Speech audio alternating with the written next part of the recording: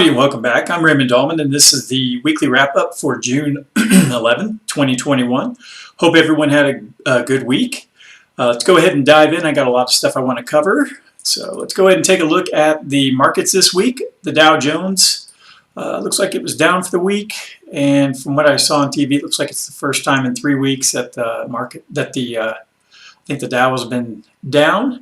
Looks like it was down about 0.81% for the week. Go over to the S&P 500.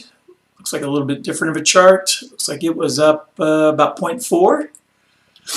Nasdaq looks like it was up to about 1.5%. Let's look at the Dow Utilities. They did pretty well, it looks like 1.14, and then the Dow Transports.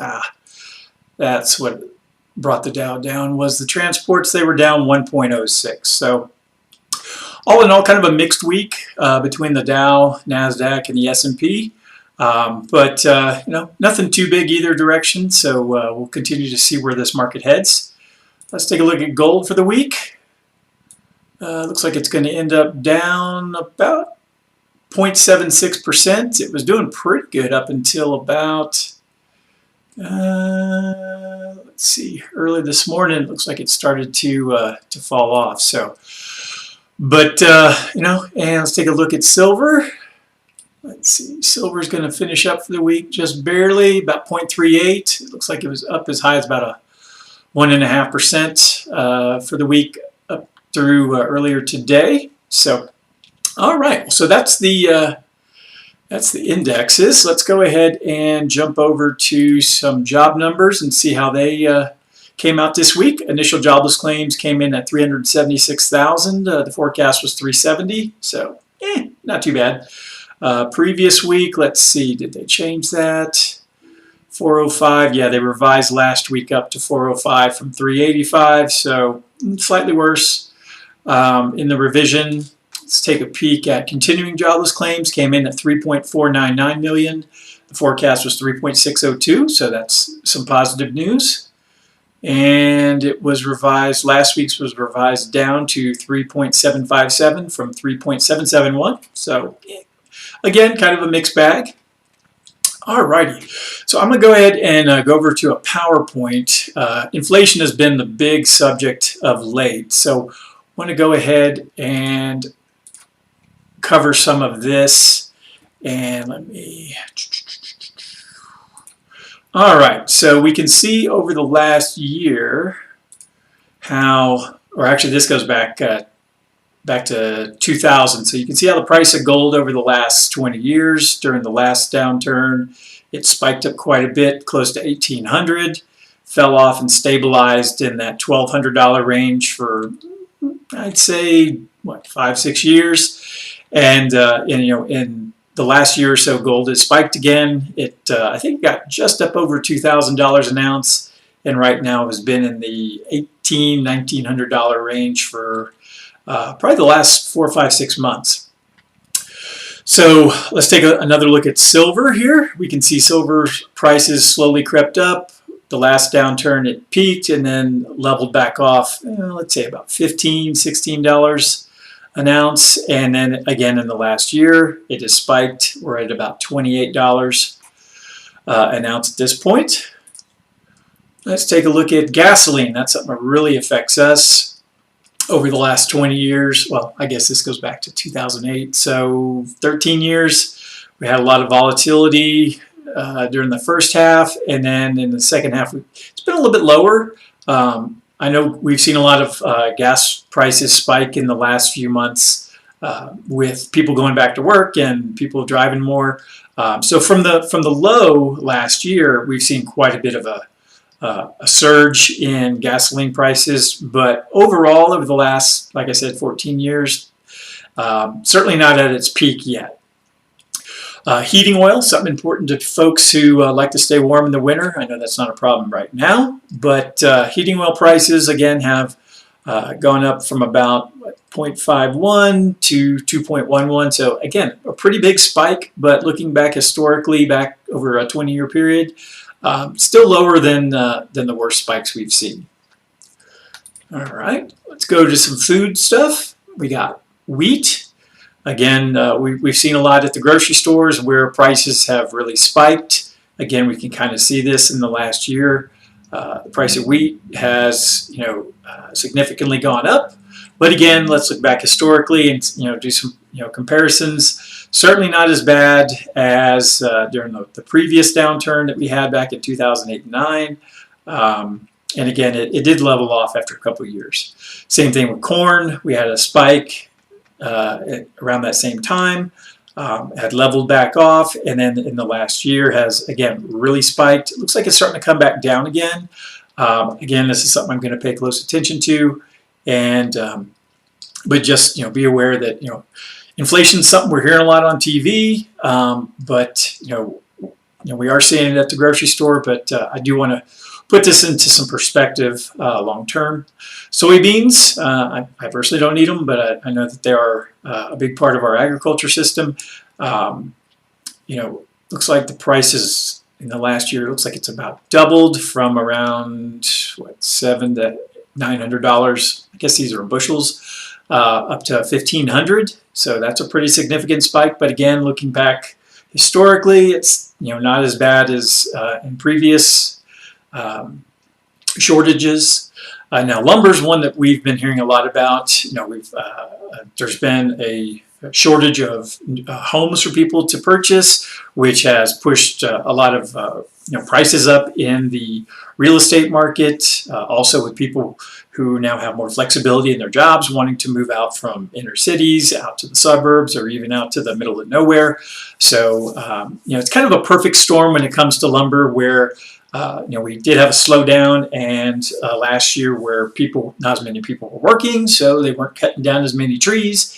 And now we have people wanting to move and people wanting to build new houses, and now we have a lumber shortage. So, the price of lumber has spiked significantly, but it does appear to have pulled back from a high of about 1,600 down to about 1,000. So, we'll see, in the next few months, does this trend continue back down and normalize, or will the trend continue back up? So, and then more food.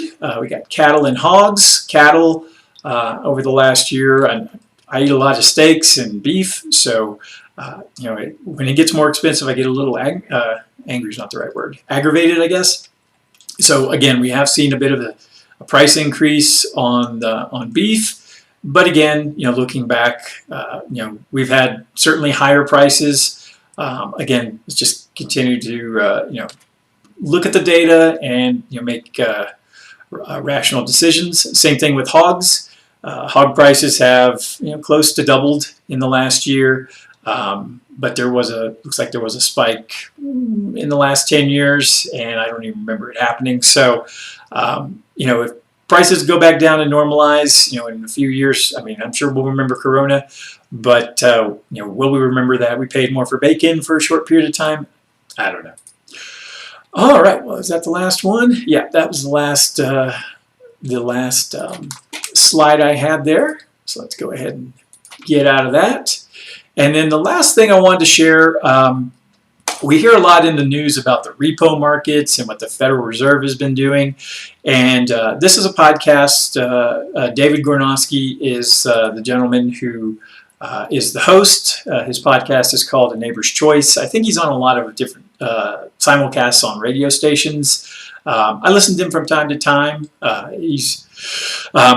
his guest on this episode was Jeff Deist, who is the president of the Mises Institute, and they're talking about the repo markets and how the Fed is involved. So let's go ahead and take a minute to listen to, or a couple of minutes to listen to this, because Jeff does an excellent job explaining what's been going on and his opinion on where things are going. Time today. So Jeff, I want to get you to comment on this repo market. How a commenter says it's going crazy or something. What does the repo market suggest to you? Well, it is crazy. There's a repurchase market among commercial banks. So basically, between each other, they exchange treasuries for cash. with an agreement to buy back the treasuries at a later date, usually with some interest payment, and oftentimes that's just the next day. It's just oftentimes overnight lending, because sometimes banks just need cash for their operations, and sometimes big corporations need to come to banks for cash for things like quarterly tax payments. So every once in a while, there's kind of an ebb and flow, a need for cash, liquid cash, both among banks and corporations. Okay, that sounds simple enough. And so sometimes they lend to each other, even for very short periods overnight, to cover all their cash needs, and they exchange treasuries, so it's a nice secure loan. You're getting a bunch of treasuries in exchange for your cash, and you get a little bit of interest the next day. Well, the problem happens when there's a crunch on cash, because there's a lot more need for cash, a lot more borrowing than the banks have lying around liquid. So that's when the Fed steps in, because the Fed is like a big Soviet planning committee. It's the antithesis of the free market, in my opinion. In other words, they're sitting around trying to tinker with interest rates and the money supply to deal with that side of every transaction. When you buy a Honda, the car itself, the quality of the car is one side of the transaction, but the quality of the money you're exchanging for is the other side. So the Fed is really engineering, in almost Soviet fashion, the money side of it. So that's why I'm a huge critic of the Fed. I think it's a very unhealthy institution in our society at this point. So, as I mentioned, when banks start to lack the liquidity they need to lend to each other overnight through these repurchase agreements, that's where the term repo comes from. Well, the Fed comes in and starts buying them, because the Fed wants to make sure, that the Fed can create cash, literally. I mean, it's oftentimes not physical currency, David. It's just electronic cash. But they can create it at the touch of a button and, credit a commercial bank's bank account and then buy the treasuries that commercial bank holds on its books. So by doing so, they can make sure that commercial banks have lots of liquid money to lend to each other. And so there's a couple reasons why the Fed cares so much about this. One is it wants to oil the market. It wants to keep everything going, because we're all so scared of a recession, even though there's an entire body of economic literature that says the recession is sort of the cure, just like a few days in bed is the cure for a cold. But beyond that, they're very interested in keeping the interest rate low. And the ultimate interest rate is what's called the Fed funds rate. That's the overnight rate for banks. And so if banks are lending to each other but cash is short and they're crunched, then that rate could go from 2% up to 3, 4, 5, go up to 10 if things are really tight. So the Fed does not like that. The Fed does not want that. So they come in and act, and they create money, and they give it to the banks, and they buy those treasuries from the banks and put them on the Fed's balance sheet. The problem with all this is that they've been telling us ever since the 07-08 crash that they were going to taper off all this purchasing by the Fed. In other words, the balance sheet of the Federal Reserve, folks, was less than $1 trillion back in 07 during the last crisis. It was $600 billion. From 2007 till about 2011-12, it went from all the way up to $4 trillion. So it went up 6-7 times, because the Fed was recapitalizing all these banks by buying their treasuries and buying their mortgages and buying their junk, even their junk bonds, and giving them actual cash for it. So they always assured us, hey, folks, we're going to sell this stuff, or we're going to allow it to mature on the Fed's balance sheet. We're not going to keep this extraordinary amount, forever. Well, in September of 2019, not long before COVID, just a few months before the COVID crisis, we had a repo crisis. And so the Fed went back on its tapering. It had gotten the Fed's balance sheet back down below $4 trillion. So the Fed reneged on this and started buying once again, but this time from banks to keep these repo crises at bay. So all of a sudden, the amount of the money, both the money supply and the amount on the Fed's balance sheet, started going back up. And so there were tremors, David, in the economy before COVID, before we even knew what COVID was. So that's September. Well, fast forward to February, March, COVID comes out, and of course both Congress and the Fed just go crazy. So now the balance sheet is over $7 trillion. So it went from $600 billion back in 07 in just about 13 or 14 years to over $7 trillion, 10 times. And just think that in the whole history of the Fed, from 1913 until 2007, it had only gotten to $600 billion. Now it's gone from $600 billion to $7 trillion, 10 times in just 13 or 14 years. So can the Fed just do this forever? Can they just buy treasury debt, whether that's from banks or whomever, and recapitalize those banks and create new money and give those banks cash money in exchange? Well, I don't think they can. I think that's going to cause a very nasty decline in the purchasing power of dollars down the road. But maybe I'm wrong, David. But the idea that this is scary and that this is unprecedented is actually echoed by people at the Fed who fret about this. So I'm not the only one. I'm not simply out here crying wolf. There are people at the Fed itself who are very, very worried about this and don't know where it goes. All right, I'll go ahead and stop that there. Jeff is a very much more well-spoken than I am. So he's very articulate, and he puts things in a very good perspective. So he's someone whose opinion and I trust very much. And like I said, or if he's saying that this potentially could lead to something pretty terrible, and but unfortunately we really just don't know where what it's going to be. But probably could lead to some a loss of purchasing power in our dollar.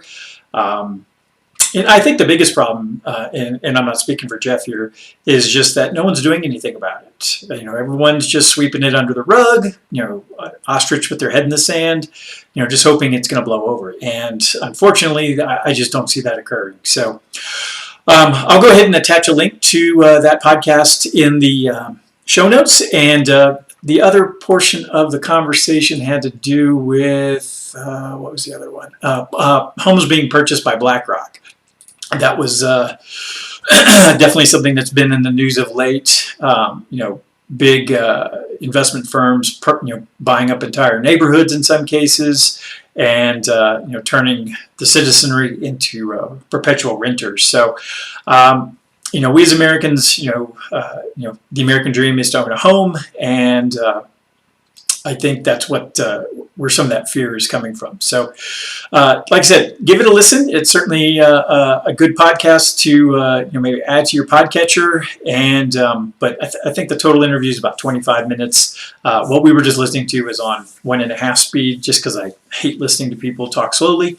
So I like to speed it up. So, all right. Well, everyone, I hope you have a great weekend. Be sure to like, subscribe, and share with family and friends. And I'll be back on Monday with the economic updates and any news that occurs over the weekend. So have a good one, and I'll talk to you soon. Bye-bye.